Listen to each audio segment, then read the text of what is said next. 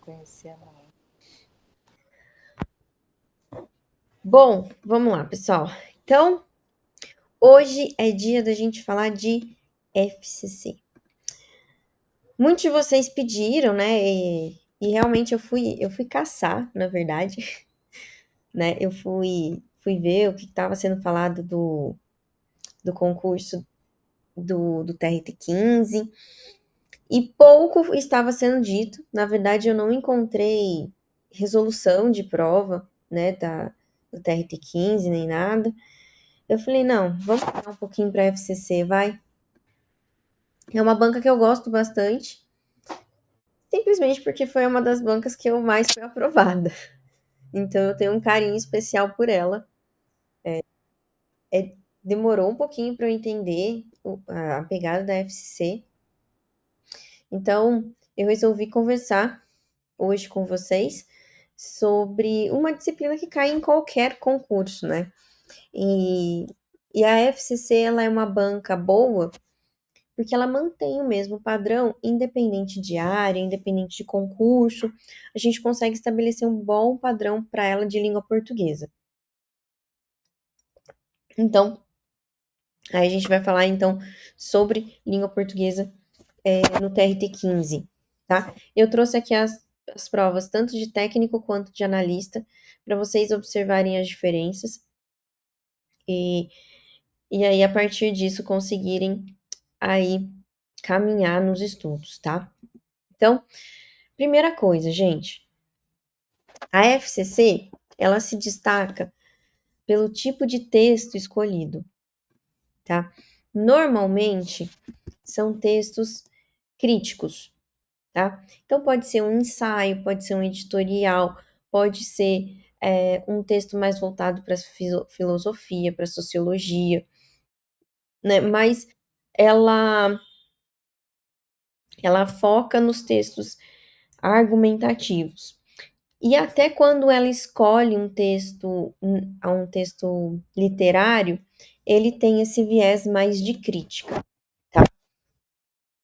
E ela pergunta sobre as críticas feitas no texto, tá? Ela é uma banca que traz uma porcentagem alta em relação à interpretação de texto, porque ela, ela engloba dentro da interpretação de texto, inclusive a parte de semântica. Então, quando ela pergunta, por exemplo, em relação às vezes a sinônimo, antônimo, ou o significado daquele vocábulo dentro do texto, se a gente não lê o texto, se a gente não compreender ali o contexto, a gente não consegue fazer a questão. Então, por isso que eu coloco que a interpretação de texto dela, ela é maior do que nas outras bancas tradicionais ali. Então, a gente gira ali em torno de 50%, tá? E uma tendência que ela tem feito, essa tendência ela tem feito mais ou menos desde o TRT de Goiás, então, desde ali de 23, mais ou menos, tá? Que é a diferenciação entre o nível de prova de técnico e analista, tá? A gente vai ver que tem diferença sim, a gente vai ver essa diferença agora na prática, que eu trouxe realmente as provas pra gente conversar, tá bom? Coloquem aqui, né, quem fez a prova aqui de técnico, de analista, coloca aqui para mim no chat como que vocês foram na prova lá do TRT-15, tá? Pra gente conversar, tá bom? Então, opa, aqui. Vamos lá. Bom, vamos começar com a prova de técnico, tá, gente?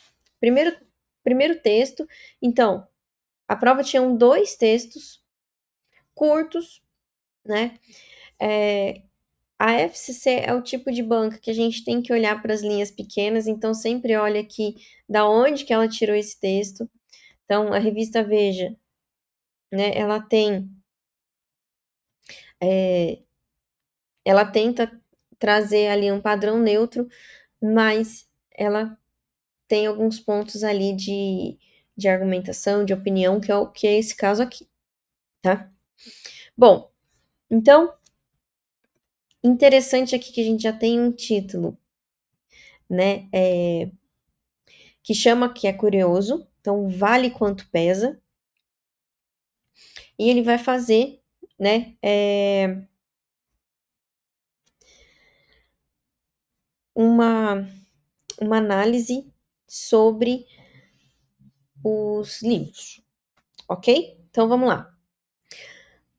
Não vou ler tudo aqui com vocês, tá? Depois vocês deem uma olhadinha com mais tranquilidade nesse texto. Eu vou pegar ali os pontos necessários para cada um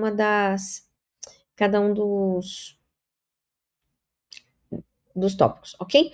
Então, olha só. Primeira questão.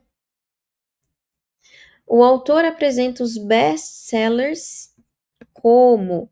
Então, quando a gente... Isso daqui é uma interpretação, uma paráfrase do texto, tá? Deixa eu só voltar aqui para ver se alguém respondeu. Ah, respondeu.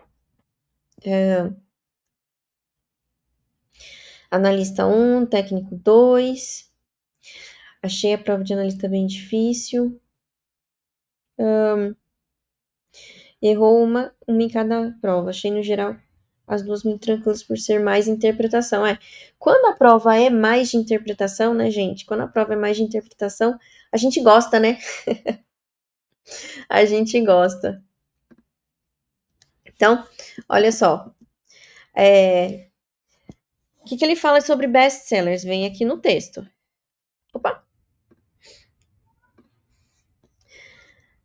Numa era obcecada pela magreza, né? Basta observar as prateleiras para constatar que os best-sellers, aquelas obras que oferecem diversão em estado puro, sem pretensões intelectuais, andam cada vez mais grossos. Então vamos lá. Letra A. Os best-sellers, eles são resultados de uma evolução natural da literatura? Não. Não fala de evolução. Exemplos de como a literatura contemporânea busca imitar as grandes obras? Não. Ele só está falando o quê? Que tem diversão e não tem discussão. Só isso. Letra C. Provas de que o público leitor,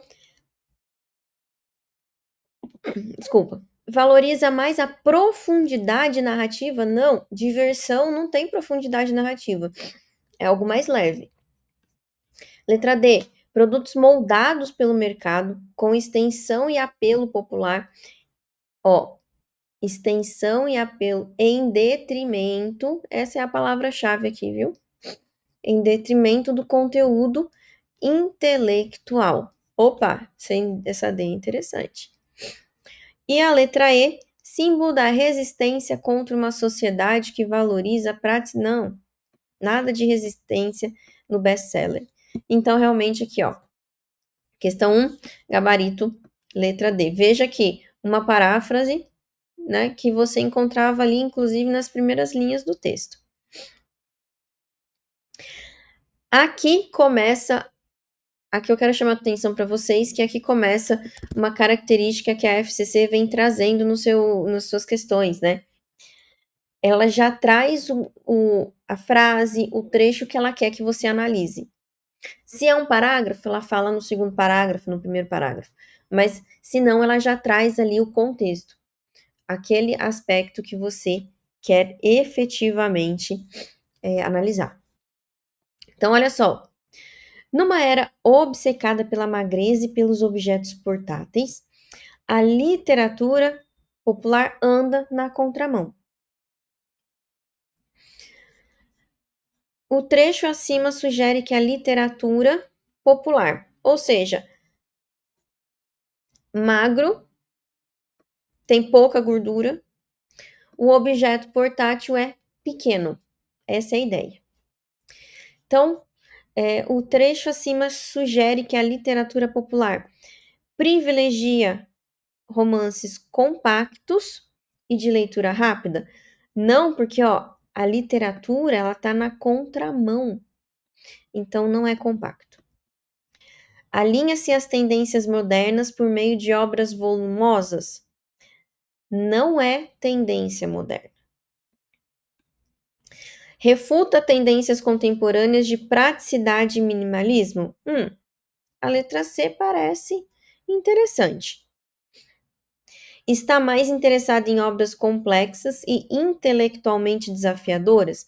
Não tenho essa, né? A literatura popular, leia-se best-sellers. Então, a gente já viu que best-seller não tem a parte do intelectual. Letra E, reflete as mesmas obsessões presentes na sociedade contemporânea? Não, ó. Tá na contramão, anda contrário.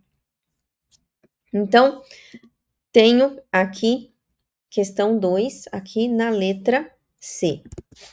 Pessoal, conforme se vocês tiverem dúvida, eu errei essa, e, né, vai me falando aí.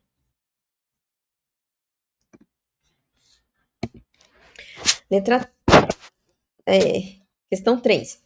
A escolha do narrador ao citar Dom Quixote como exemplo. Opa, deixa eu voltar aqui no texto. Vamos lá para cadê o Dom Quixote?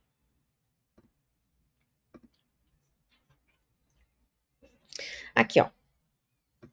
Dom Quixote, do espanhol Miguel de Cervantes, já era um calhamaço considerável,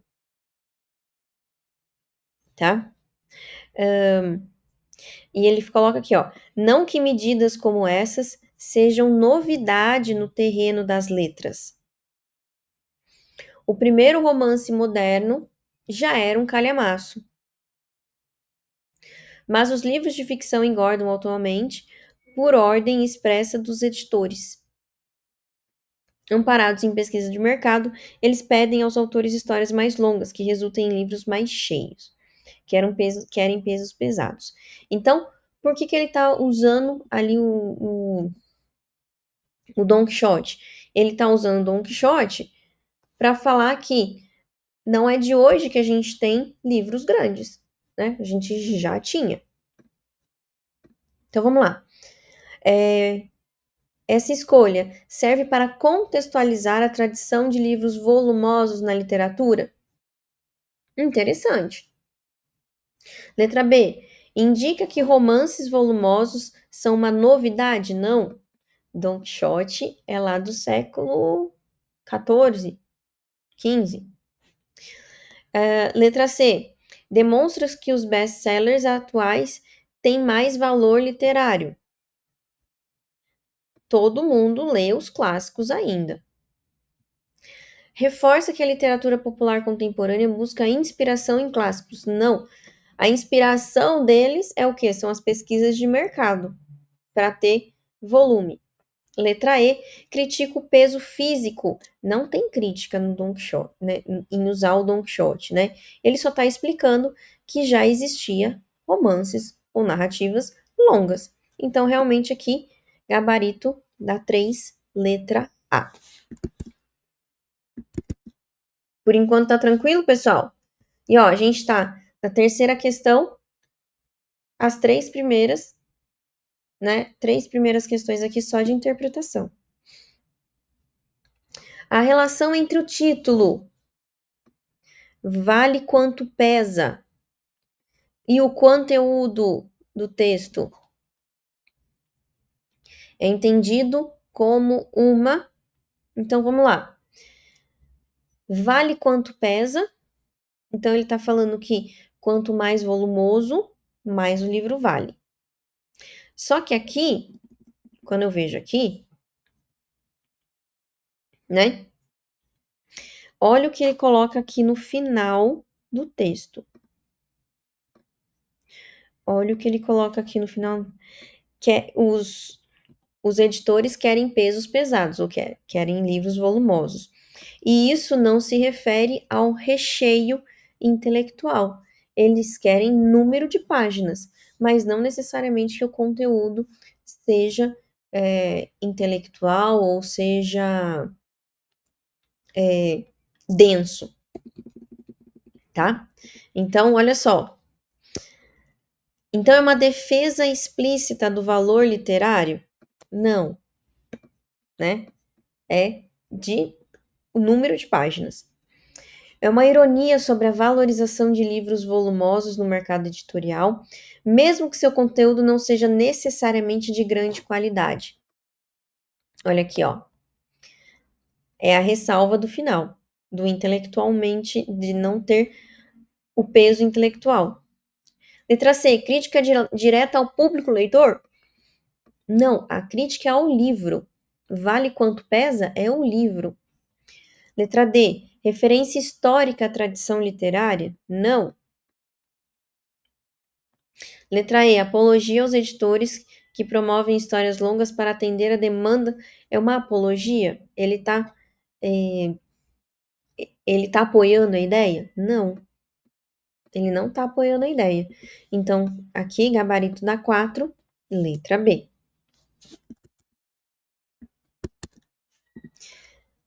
Quatro questões de interpretação. Agora, essa questão aqui é um pouquinho diferente do que normalmente se pede, tá? É uma questão de vírgula, só que não é para você falar se a vírgula tá certa ou tá errada. É para você analisar essa vírgula, tá? Olha que interessante. Basta observar as prateleiras das livrarias para constatar que os best-sellers, etc, etc, etc. Olha só. Constatar é uma oração subordinada reduzida de infinitivo, ok? Tá? Então, olha só, letra A. Separa uma oração subordinada que complementa o sentido da oração anterior. O para constatar que os best-sellers complementa o basta observar as prateleiras das livrarias. Então, para quê ou por quê que eu observo as prateleiras? Para constatar que os best-sellers, etc, etc. Ah, aparece já a nossa explicação. Indica uma pausa enfática no período composto com função gramatical apositiva. Pessoal, apositiva vem de aposto. Aposto, por exemplo, explicativo. Esse para constatar, ele está explicando? Não, é uma relação aí de causa e consequência. Letra C. Sinaliza a separação entre o sujeito e o predicado? Não. Não tem separação de sujeito e predicado. Letra D. Destaca uma enumeração de ideias? Também não tem enumeração. Letra E. Introduz uma oração explicativa, potencializando o que foi mencionado anteriormente. Olha só, gente. Aqui o gabarito dessa questão veio como letra A, mas assim, qual que é o problema da letra E? Aqui, poxa, Patrícia, né? Você não falou que é uma relação de causa e consequência, eu não poderia entender como explicação? Até poderia, tá? Semanticamente, a gente até conseguiria entender isso daqui como explicação, mas não potencializa. A explicação explica, tá? Potencializar tem o sentido de ênfase. Então, eu não posso trazer essa ideia de ênfase, tá? Ao contrário, se eu tô falando de oração explicativa, ela explica, ela dá mais conteúdo, né? Ela dá mais informação. Então, só cuidado com isso aqui. Que 6. No trecho. Então, olha só, da mesma forma como eu tenho mostrado para vocês, eles simplesmente aqui separam o que a gente tem que analisar. No trecho, eles pedem aos autores histórias mais longas que resultem em livros mais cheios. O termo que. Ok. O termo que desempenha a função de. Vamos lá. Olha só. Eles pedem aos autores histórias mais longas. O sentido da palavra, né? Esse sentido, ele já está completo? Eles pedem aos autores histórias mais longas. o sentido já está completo, certo? Quais histórias mais longas? As quais resultem em livros mais cheios. Posso trocar por as quais aqui. Essa é a minha primeira dica, tá? Se eu posso trocar por as quais, o que eu tenho aqui? Eu tenho aqui um pronome relativo, tá? Lembra das regrinhas dos pronomes, da partícula, vou chamar de partícula, do termo que, tá? Se ele é um pronome relativo, ele pode ser trocado por as quais, o qual, tá? Do qual. Se ele é uma conjunção integrante, ele faz parte de uma oração subordinada substantiva ou adverbial, que a gente pode trocar por quê? A gente pode trocar a oração inteira por isso. Isso, tá? Ok? Ele pode ser pronome demonstrativo? Pode. Mas o pronome demonstrativo, ele não retoma uma ideia anterior. O pronome demonstrativo, o que, como pronome demonstrativo, ele tem a ideia mais de coesão, ok? Então, olha só, o que, ele é um pronome relativo, pode ser trocado por as quais, nesse caso, e que tipo de oração subordinada tem pronome relativo que? Oração subordinada adjetiva. Como eu tenho vírgula, eu tenho uma oração subordinada adjetiva explicativa, tá? Importante vocês lembrarem disso. 7, questão 7. A expressão água com açúcar no texto pode ser interpretada como sinônimo de. Gente, essa expressão denota, inclusive, a idade do texto, né? Água com açúcar. Cadê o água com açúcar aqui? Terceira linha. A literatura. Blá, blá. Aqui, ó. Sejam eles romance água com açúcar, de terror ou ficção científica. Qual que é a ideia do água com açúcar? Aqui. É aquele tipo de romance morninho, né? É o romance morninho.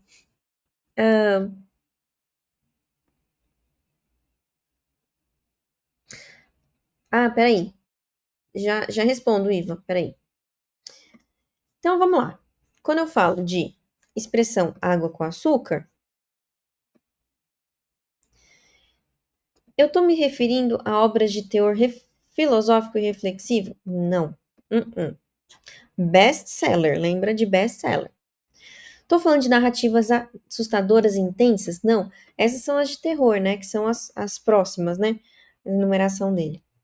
Textos que exploram o futuro e os avanços científicos? Não. A gente tem aqui, por exemplo, os romances futuristas, os romances de ficção científica, por exemplo.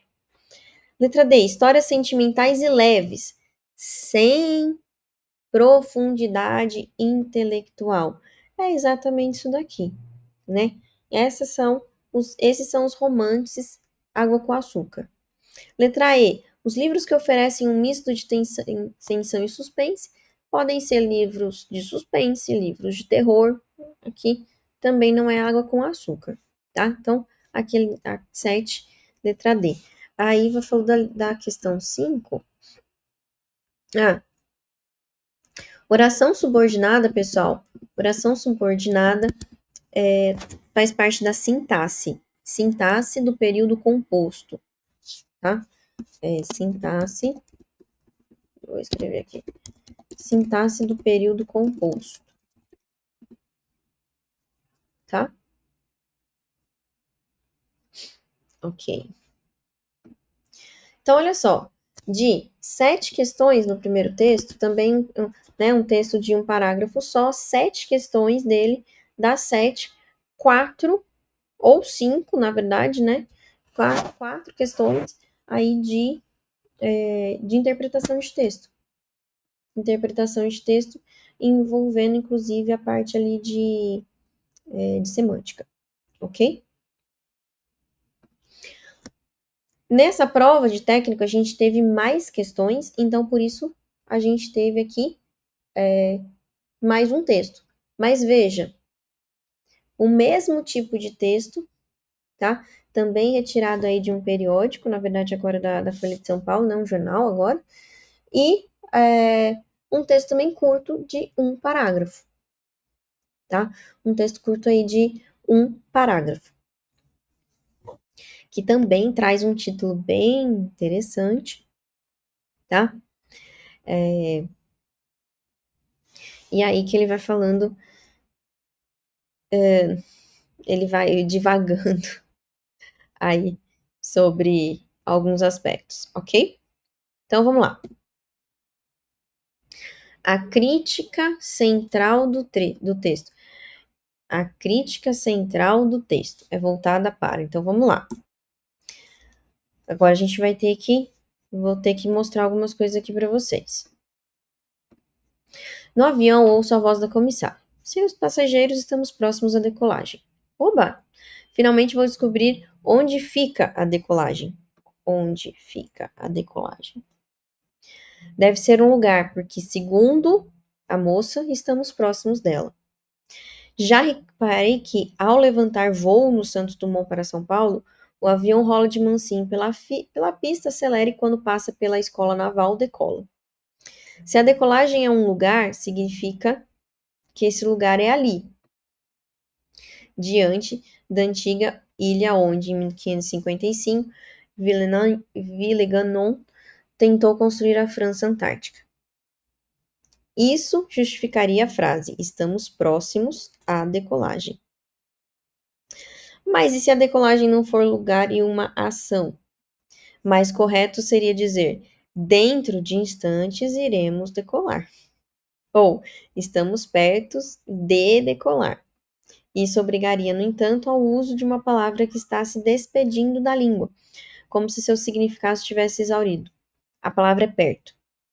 As pessoas agora dizem: estou próximo de sair, não perto de sair. Estou próximo de conseguir um emprego e não perto de conseguir emprego. Perto não é a única palavra em agonia entre nós. Há muitas mais, substituídas por outras que se instalam e ganharam a preferência nacional.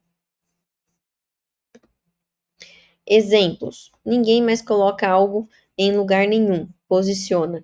Ninguém termina mais nada, finaliza. Ninguém mais tem resistência física, é resiliente. Então, olha só. A gente tem uma análise quase que linguística, né? A gente tem uma análise quase que linguística aqui, certo? Então, vamos aqui. A crítica do texto, bora aqui. A crítica do texto, a confusão semântica pelo uso de estrangeirismos. Não tem estrangeirismo. A incoerência e a falta de precisão de determinados usos de palavras.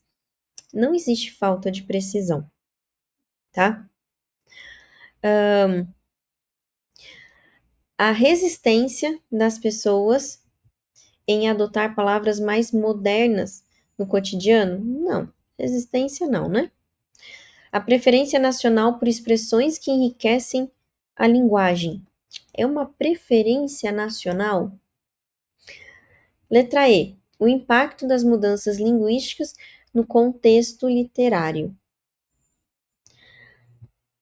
Aqui, o que eu sublinhei era justamente aquilo que causaria dúvidas aqui, tá? Eles deram um gabarito letra B, mas na minha concepção, tá? Inclusive a gente entrou com um recurso nessa questão, tá? Não é falta de precisão. E esses usos, o próprio autor fala que há uma mudança. Então, é muito mais uma evolução da língua do que uma imprecisão ou do que uma incoerência, tá? Inclusive, a gente pediu anulação dessa questão por falta de, de resposta, tá? Então, o gabarito é a letra B, tá? Gabarito letra B, mas como eu expliquei para vocês, confesso que não encontro nessa questão nenhum, tá? Nenhum das opções ali que eles dão. Patrícia, Oi, posso perguntar? pode. Essa questão, assim, esse segundo texto da prova de técnico eu achei horrível e as perguntas todas mal formuladas. Eu achei que eu ia ter errado muito mais do que eu errei, enfim. E essa questão 8, eu fiquei muito na dúvida entre a B e a E, que você comentou agora, muito na dúvida. Eu não fui na E, porque como falava o impacto das mudanças linguísticas no contexto literário, eu pensei, o texto não está falando de contexto literário, apesar do Rui Castro viver dentro de um contexto. E aí eu não fui na E. E na B, o início que ele fala assim, não decolagem é um lugar, porque usa aquela discussão, eu entendi como uma falta de precisão no uso das palavras. Por que não seria, quando você diz que a B não? Você pode me explicar isso melhor? Isso eu fiquei na dúvida. Pelo enunciado, porque ele está falando da crítica central do texto. Isso daqui é uma contextualização. Aqui, o exemplo que ele dá da decolagem é o mesmo exemplo, o mesmo no sentido, né? É a mesma estratégia argumentativa que ele utiliza aqui embaixo. Mas os dois pontos, eles convergem para uma crítica. Qual que é essa crítica? Não é uma crítica de incoerência. Ele usa a incoerência e ele usa a falta de precisão para criticar uma evolução da língua.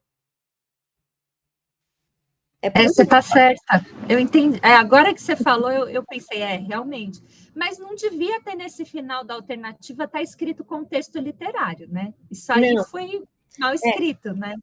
Então, assim, a letra B seria palpável se ele tivesse não colocado a crítica central do texto, mas se ele tivesse colocado o uso, né? Qual que era a função da exemplificação no texto. Aí faz todo sentido, tá?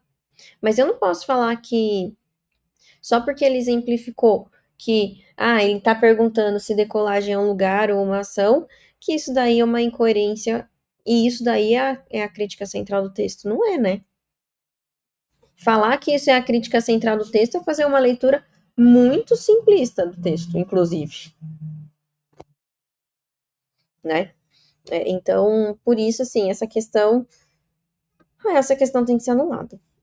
Mas, enfim, como eu falei que eu ia trazer todas as questões, cá estamos, todas as questões. Posso continuar?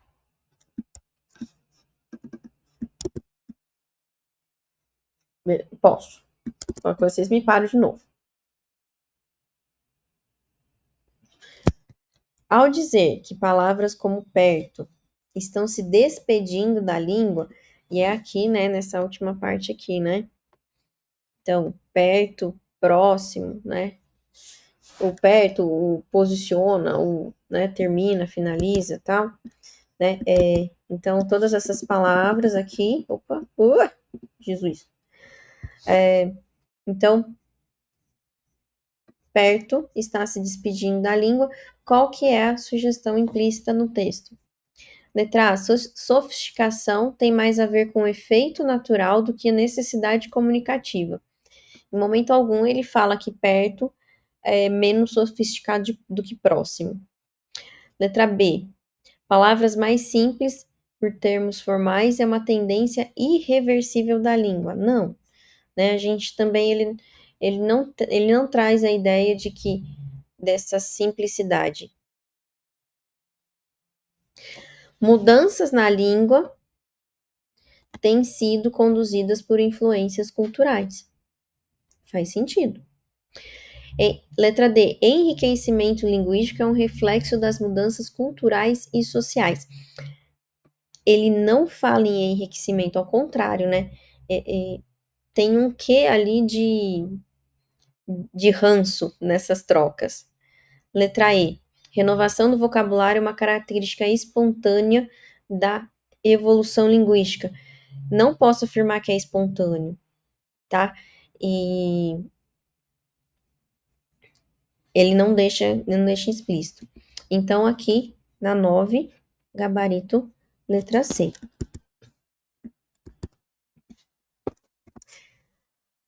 10. Então, vamos lá. O pronome isso, empregado no trecho isso, justificaria a frase estamos próximos à decolagem. Olha só. O isso tá aqui, ó.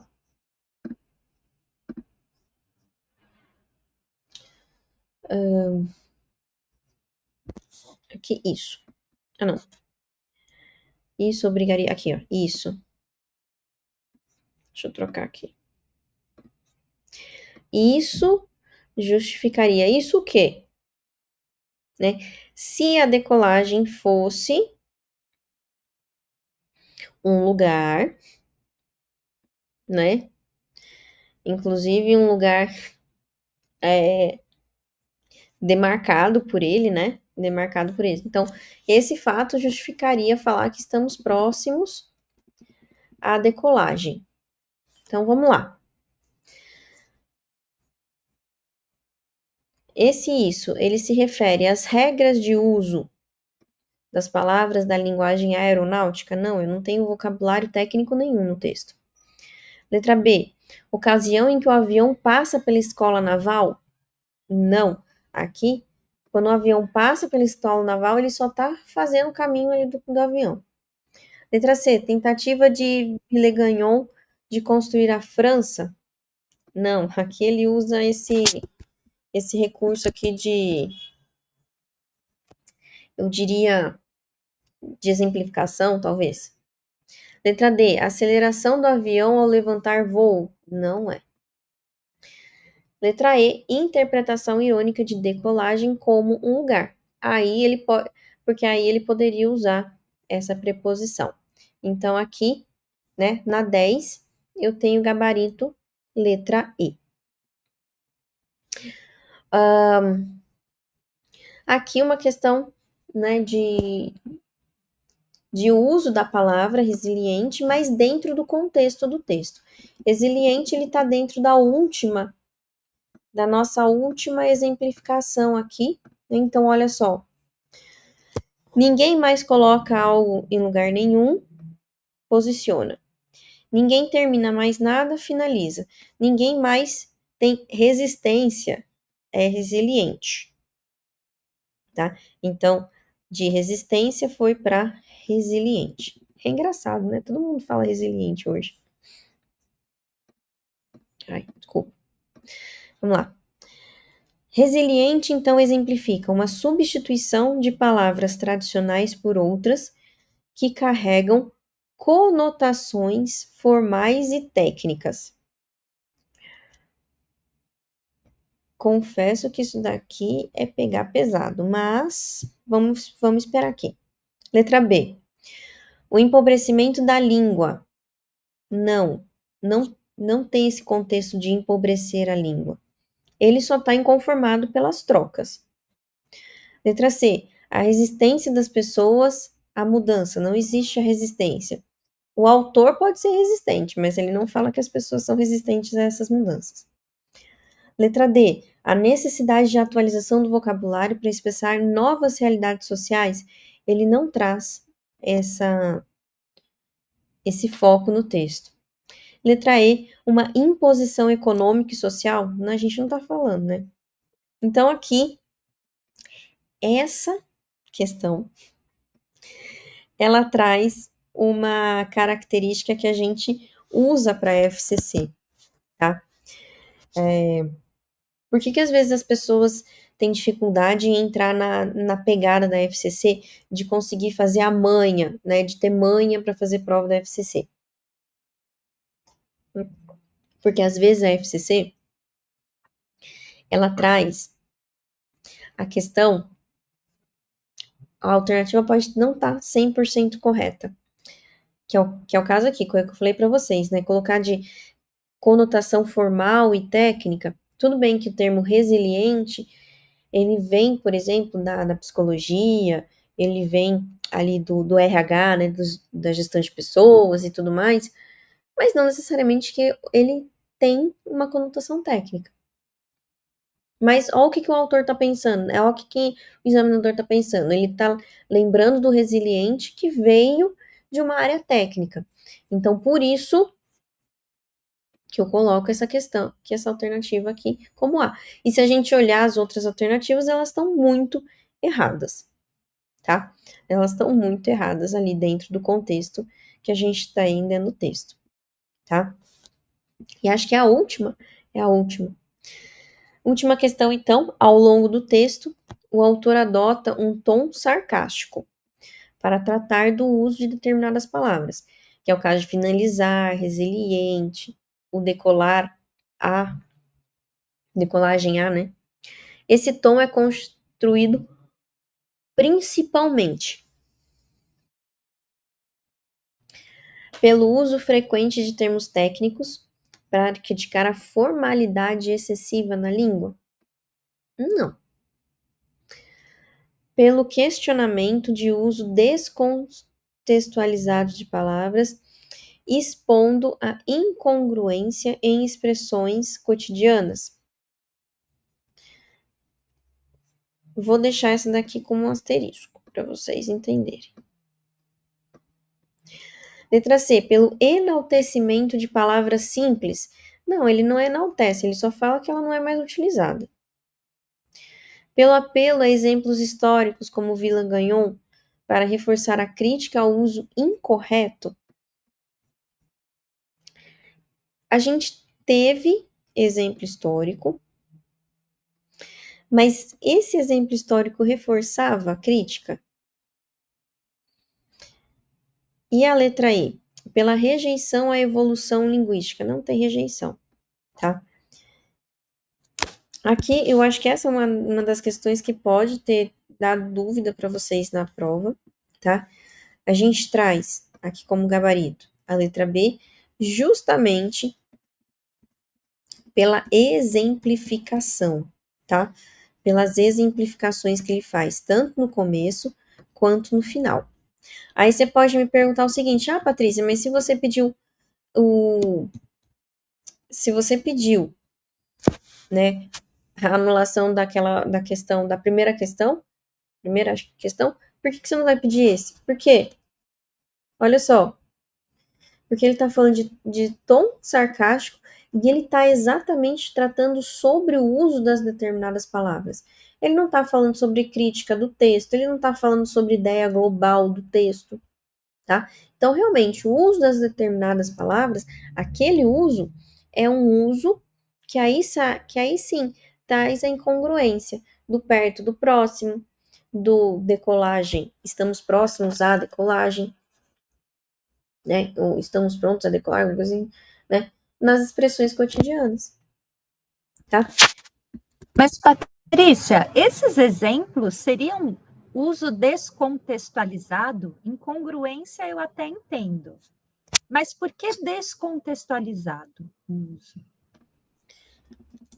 Aqui, ó, no texto. Bom, vamos lá. Quando ele fala aqui, né,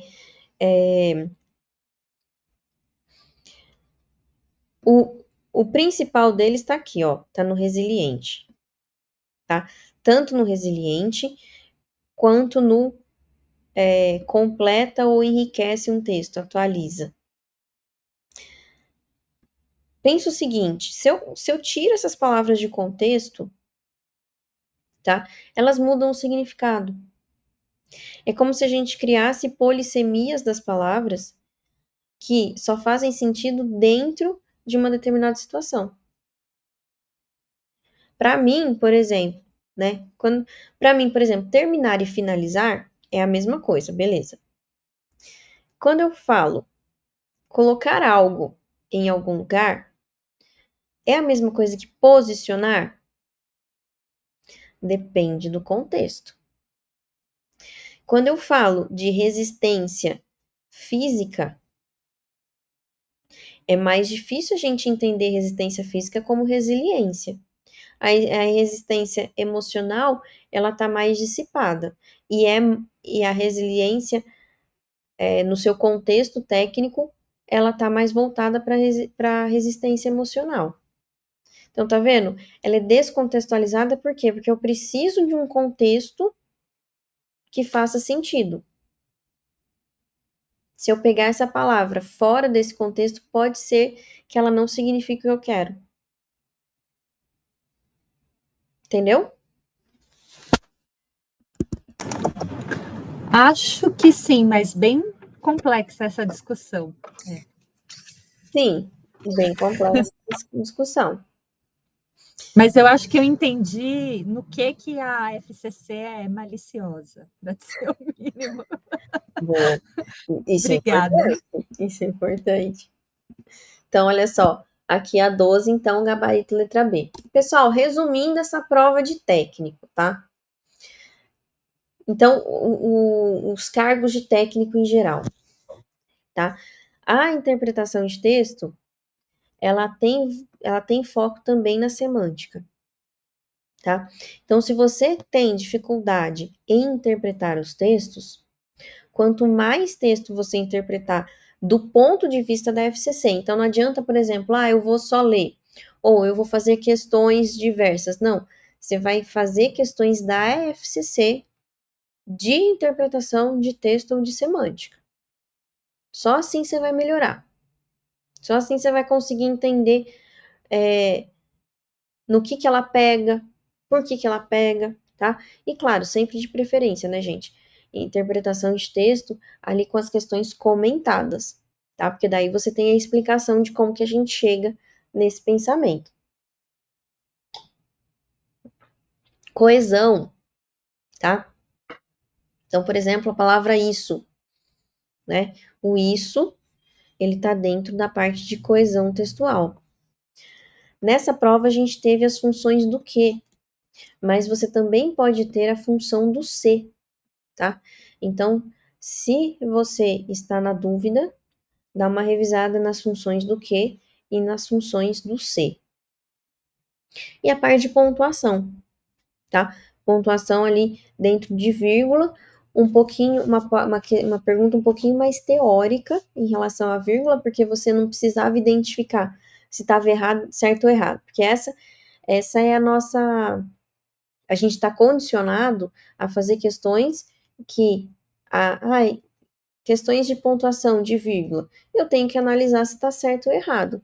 Nessa questão que ele pediu, não. Você não tinha que analisar nada disso, você tinha que analisar o porquê da vírgula estar ali. Tá? Então, aqui, dentro dessa prova, e é uma tendência também da FCC cobrar esses assuntos. Ok? Tá? Agora, vamos lá para a prova de analista. Então, só lembrando, na prova de técnico, a gente teve 2 textos pequenos de um parágrafo só, né? Olha o tamanho do texto da prova de analista. Um texto maior. E, gente, a FCC ama o Harari. Ama, de paixão, não é possível. O examinador da FCC, eu acho que deve dormir deitado não num travesseiro, mas nos livros dele. Porque sempre cai. Ou cai na prova de língua portuguesa, ou cai como texto motivador na prova discursiva. Numa das duas. Assim. Então, se acostumem com ele. E se vocês quiserem agradar o examinador, peguem os conceitos aí de vocês do Harari, porque com certeza vocês vão ganhar aí uns pontinhos na discursiva, se citar o Harari, tá? Eles gostam muito. Então, olha só, a gente tem aqui, né, um texto maior, um texto mais denso, né? Afinal de contas, a gente tem uma discussão, 21 lições para o século XXI, né? A gente tem uma discussão mais densa, né? E aí, questões clássicas da FCC. A primeira questão já é a primeira, tá? Então, uma questão aqui de interpretação, de semântica, que você, né, vai pegar um trecho aqui do texto, trechos aqui né, ele vai pegar aqui e você tem que saber o que significa, se é a mesma coisa. Então, olha só. Se e quando você alguma vez descobrir. No momento preciso. Não. Se e quando. Tá? Eu tenho dúvida, eu não tenho precisão. Letra B. Não só no momento da morte. A revelia do instante fatídico. Pegou pesado aqui, né? Letra C. O real enigma da vida. O fundamento lúcido do viver? Não. Lúcido e enigma não são sinônimos. Letra D. Essas perguntas fundamentam-se na suposição. Tais questões estribam-se, ok? Na conjectura. Conjectura, olha, essa daqui tá mais interessante. Letra E. Mais óbvio figa que nada perdura. Mais patente se torna quando não se sustenta. Cadê o nada? Aqui a gente perde, tá? Nada não é não mais. Então, aqui, questão letra D.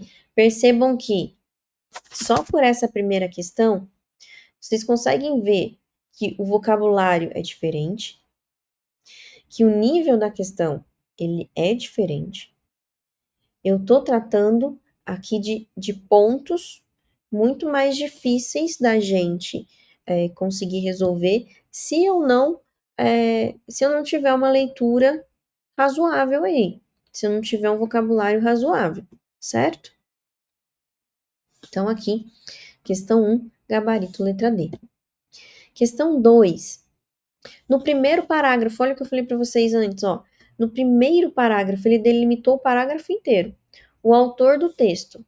Então, vamos voltar para o primeiro parágrafo, tá aqui. Quando as pessoas fazem as grandes perguntas da vida, normalmente não têm interesse em saber quando a respiração está penetrando em suas narinas e quando está saindo. E sim, querem saber coisas como o que acontece depois que se morre. Mas o real enigma da vida não é o que acontece depois que se morre, e sim o que acontece antes de morrer. Se você quer compreender a morte, precisa compreender a vida. Nossa, que forte, né? Mas tudo bem. Vamos lá. Realça a necessidade de investigarmos o fenômeno da vida antes de especularmos sobre o enigma da morte. Se você quer entender sobre a morte, você precisa entender sobre a vida. Aqui uma paráfrase da última parte do primeiro parágrafo. Letra B. Admite que nossa preocupação com a morte deriva da importância máxima que damos à experiência do viver. Não. A curiosidade sobre a morte perpassa a curiosidade do viver. Letra C. Promove uma equiparação entre a importância de se conhecer a morte e a importância de se planejar a vida. Ai, não. Letra D. Estabelece uma relação de causa e efeito entre a experiência da morte e a compreensão final da vida. Não é causa e efeito, é condição. Letra E. Supõe que antes de investigarmos os mistérios da morte, seria preciso disciplinar nossa respiração natural. Ele fala que a gente não quer saber sobre aspectos fisiológicos, mas sim sobre o enigma da morte, o enigma da vida, etc. Então, aqui, 2, gabarito, letra A. Questão 3. Depende-se do texto a ideia de que os seres humanos não conhecem, de fato, o transcorrer ininterrupto do tempo, a linha plenamente contínua da vida, tal como se pode concluir dessa formulação. Então, vamos lá. Olha só. Aqui, no texto, ele fala em vários momentos sobre o quando. Tá vendo, ó?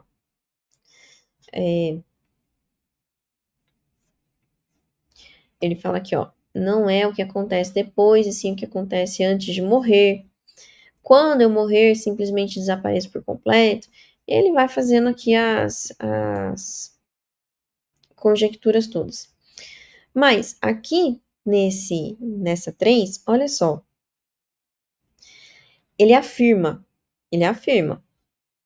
a ideia de que os seres humanos não conhecem de fato o transcorrer ininterrupto do tempo. A linha plenamente contínua da vida. Então, em que ponto, em que afirmação eu tenho essa ideia de transcorrer ininterrupto do tempo ou linha plenamente contínua? Vamos lá. O que acontece com este eu na morte? Aqui é um evento pontual, depois. Letra B. Você alguma vez já observou uma alma? Alguma vez. Pontual, um evento pontual. Letra C. O real enigma da vida não é o que acontece depois que se morre. A letra C pode ser, mas vamos lá. Quando eu morrer, simplesmente desapareço, ó, pontual, morrer. Como se eu quebrasse. Então também não. Mas o que é que perdura do nascimento até a morte? Olha a linha contínua aqui, ó. Transcorrer ininterrupto do tempo. Linha contínua da vida, do nascimento até a morte. Aqui. Ok? Por que não é a letra C, Patrícia? Porque ele está me dizendo linha contínua da vida. Na letra C, eu estou falando depois da morte. Como se fosse uma quebra também. Ok?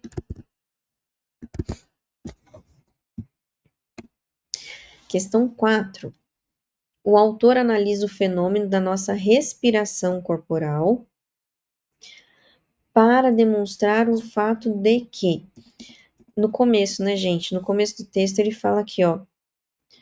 Quando as pessoas fazem as grandes perguntas da vida, normalmente não tem interesse em saber quando a respiração está penetrando nas narinas e quando está saindo. Então, é respiração corporal. O que ele quer mostrar com isso? Ele quer mostrar que os movimentos típicos da nossa respiração trazem, em si mesmos, indícios da vulnerável condição humana? Não. É simplesmente uma ação que acontece. Letra B. Nosso sistema respiratório deve ser qualificado como um obstáculo? Não. Ao contrário, né? Se for um obstáculo, como que a gente vive? Letra C. Não costumamos nos preocupar com essa mecânica essencial da vida, por julgá-la simplesmente natural. Essa C aqui é interessante. Letra D. O ritmo dos acontecimentos vitais está diretamente relacionado ao ritmo da nossa respiração. O que acontece na vida não tem relação com a respiração. A respiração é algo mecânico, algo automático que vai acontecendo. Letra E. O ato de respirar confere à nossa vida qualidade de uma experiência clara e interrupta. Aqui não tem essas características ali quando ele fala da respiração corporal. Então, realmente aqui, ó, 4, gabarito, letra C. Aqui, uma questão de coesão, olha que questão legal aqui, ó. Essas 3 orações integram-se de modo coerente e coeso. Então, para isso, o que a gente precisa saber aqui? A gente precisa entender as 3 frases e qual a relação entre elas, ok? Então, vamos lá. O homem preocupa-se com o sentido da morte. O homem não se preocupa com o sentido da vida. O homem não investiga seu modo de respirar. Tá? Então, eu tenho 2 nãos e um sim. Então, vamos lá. Letra A. Em vez de investigar sua respiração, ao homem aflige o conhecer da morte mais do que da vida. Essa tá estranho. Sem investigar como respira, o sentido da vida do homem lhe parece menos oportuno do que não tem essa hierarquia aqui nas alternativas. Letra C. A despeito do homem não investigar seu respirar, na vida não lhe preocupa o sentido da morte. Ao contrário, te preocupa sim. E aqui tá errado, tá, gente? A despeito de o homem não investigar. Letra D. Sem investigar sua respiração, eis que o homem se preocupa com a morte diante do sentido da vida.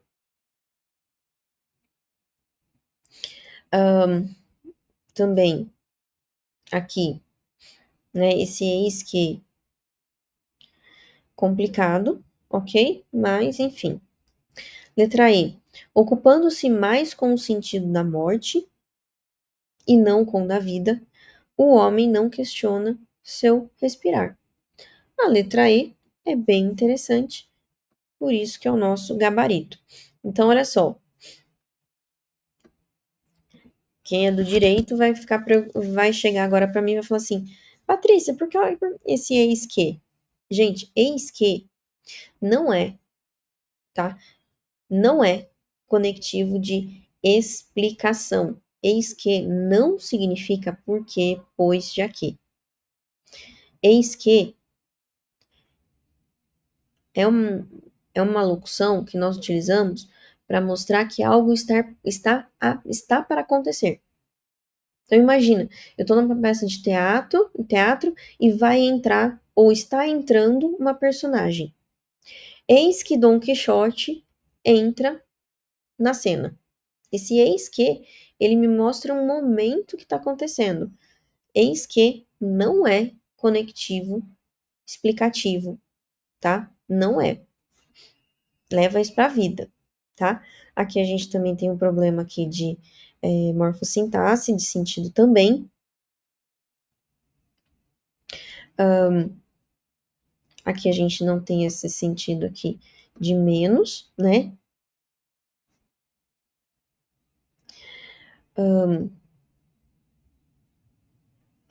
E aqui também a gente não tem essa comparação, ok? Então, 5, gabarito, letra E. Concordância verbal. Olha só, concordância verbal. Eu senti falta nessa prova de analista de um enunciado muito comum na FCC que ela usa, né? Que é assinale a alternativa em que a norma culta é respeitada, alguma coisa assim. Eles foram mais bondosos nessa prova, porque aí eles apontaram, olha, uma questão, esse daqui, uma questão de concordância verbal. Olha, ali eu quero regência, aqui eu crase. Então, nessa prova eles foram mais bondosos, tá? Então, olha só, vamos lá. Vamos aqui. Mas vocês podem ver que essa questão, ela é clássica da FCC, que a gente tem sempre a mesma coisa. Destacam-se, nesse caso aqui, a gente tem a concordância verbal, principalmente quando a gente tem casos de voz passiva sintética ou indeterminação do sujeito. Então, vamos lá. Destacam-se entre as características do tempo vivido a ruptura que fricciona. É a ruptura que se destaca, tá? Atribui-se a narrativas equivocadas uma verdade que passa a ser consagrada entre os incautos. Uma verdade que passa é atribuída, ok? Então, a letra B tá bem interessante. Letra C, não haveriam, não haveria, né? O verbo haver, no sentido impessoal, é só na terceira pessoa do singular. Letra D, costuma-se crer que os fatos relativos à morte são mais obscuros. Letra E, se aos momentos coubessem perdurar sem qualquer ruptura, perfaria os anos uma linha contínua. Perfariam os anos, né, uma linha contínua.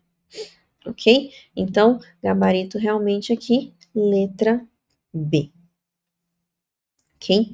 Gabarito aqui da questão 6, letra B. Questão 7, gente. Questão 7 aqui. Eu gostei dessa questão 7. As pessoas não têm interesse em saber como se processa sua respiração. A redação da frase acima permanecerá correta, né? Então, a gente vai substituir tudo isso daqui. Vamos lá.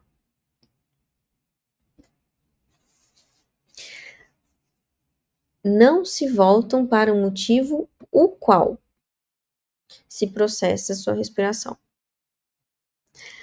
As pessoas não se preocupam em saber de que modo se processa. Interessante a B.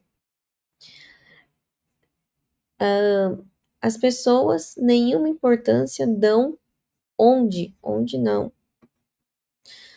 As pessoas ignoram o mecanismo o qual se processa. E as pessoas desinteressam-se pela razão cuja causa. Então, gabarito aqui, letra B. Ok? Aqui, uma outra questão, mais uma questão de concordância nominal e verbal. Então, olha só, duas questões de concordância nessa prova. Na questão 7, eles nem avisaram que era concordância. Eles só colocaram ali substituição. E na questão 8, às vezes a FCC faz isso. Ela trata de transposição de vozes, transposição de discurso, 3 pontos ali de transposição. Transposição de vozes, então da voz ativa para a voz passiva, da voz passiva sintética para analítica. Transposição de discurso, passar do discurso direto para o indireto, do indireto para o direto. E transposição de orações, então, quando a oração é reduzida de infinitivo, de gerúndio, de particípio, para você colocar na oração desenvolvida. Essas 3 transposições têm que estar muito claras para vocês. Vocês têm que estudar muito bem para a prova da FCC, porque uma delas, principalmente para os cargos aí de analista e tudo mais, é cobrado, tá? Então vamos lá, transpondo-se para a voz passiva. Você alguma vez já observou uma alma? Então, já observou? Quando eu faço a transposição, tá? Para a voz passiva, eu tenho que manter tempo e modo verbal, tá? Então, observou é o quê? Observou é pretérito perfeito. Qual desses daqui é pretérito perfeito? A letra E é pretérito mais que perfeito fora. Observar-se-á, aqui é futuro do presente. Terá observado, né? Futuro do presente. Terá sido observado. E terá observado não é passiva. Terá sido observado, agora sim, passiva. e foi observada. Olha só, você alguma vez já observou uma alma? Lembra que na passiva a gente faz assim, ó, tá? Então, o que tá aqui no final, ele vai pro começo. Ou seja, né, deixa eu apagar aqui. Né, vou fazer um X. Vou fazer um X na frase, no começo e no final da frase. O último elemento, ele vem para cá. Então, alma. Patrícia, mas eu não sei o que vai aqui no meio, que é o verbo no particípio e tudo mais. Mas olha só, eu sei que tem observar, eu tenho que usar o particípio, não tem? Observado ou observada. Eu sei que o meu sujeito é alma, então tem que ser observada. Então, todas esses daqui, ó, cai, tá? Só que eu sei também que tem que ser mantido tempo e modo verbal. Se aqui é pretérito perfeito, aqui também tem que ser pretérito perfeito, tá? Então, lembra aí de fazer uma revisãozinha sobre voz passiva, tá? Mas só com essas informações que eu dei para vocês, você consegue resolver a questão, né? Faz a cruz, o que tá no final vira sujeito, e o verbo você vai ter que colocar ali na passiva. Passiva é o verbo ser, mais o verbo principal no particípio. Então, aqui, uma alma foi, era, fora, observar, dá. Só com isso aqui, ó, você já conseguia responder a questão. Ok? Então, olha só. A prova de analista normalmente vem realmente com menos questões de português, como vocês viram, mas são questões mais densas. São questões mais de conteúdo que às vezes você precisa ter mais subsídio e também textos mais longos e mais complexos, tá? Então, olha só, aqui a gente continua, né? Nas duas provas a gente tem um foco em interpretação de texto. Aqui a coesão e a coerência também se mantém, e a gente entra um pouco mais na coerência, né? Quando a gente tem que juntar as frases, por exemplo. Concordância verbal, tem que saber. E junto da concordância verbal nominal, eu acrescentaria a parte de regência, para uso de crase e tudo mais, e a voz passiva, né? E na verdade aqui, quando a gente fala de voz passiva, que eu falei para vocês, né? Das transposições, tá? Então, esses três assuntos de transposições, então, de voz passiva para ativa, de discurso direto para indireto, e de oração subordinada reduzida para desenvolvida, tá? Então, esses 3 pontos aqui para vocês, ok? E olha só, gente, então, aqui, né, eu gosto sempre de deixar um conselho para vocês. Então, o sucesso só acontece pela constância, um passo de cada vez, um dia de estudo por vez. Pode ser que vocês não tenham percebido nenhuma dessas nuances na hora da prova. Pode ser que você tenha acertado na hora da prova pela lógica, ou porque você ali conseguiu encontrar uma forma de resolver. Mas agora, né, é a sua vez de encontrar, né, essa forma de estudo, agora que você entende melhor, né, que você está se entendendo melhor da FCC, eu acho que mostrar essa diferença entre prova do técnico e prova de analista faz também com que vocês entendam a diferença, né, entre uma prova e outra e saibam realmente o que vem pela frente, tá? Os próximos concursos da FCC devem ser mantidos esses mesmos padrões, tá? O TRT 15 ele foi um concurso grande para a FCC, então a gente vai ter esse padrão mantido, tanto no TRT da primeira, agora a gente tem TRF4 também, que saiu hoje, então estejam aí preparados para a banca, e português é uma matéria que vocês têm condições de gabaritar, tá? Tem condições de gabaritar nessa prova de português. E uma questão aí que você erra, muita gente passa na sua frente. Então, se preparem, estejam preparados aí para essas provas. Alguém quer perguntar alguma coisa? Quer falar alguma coisa?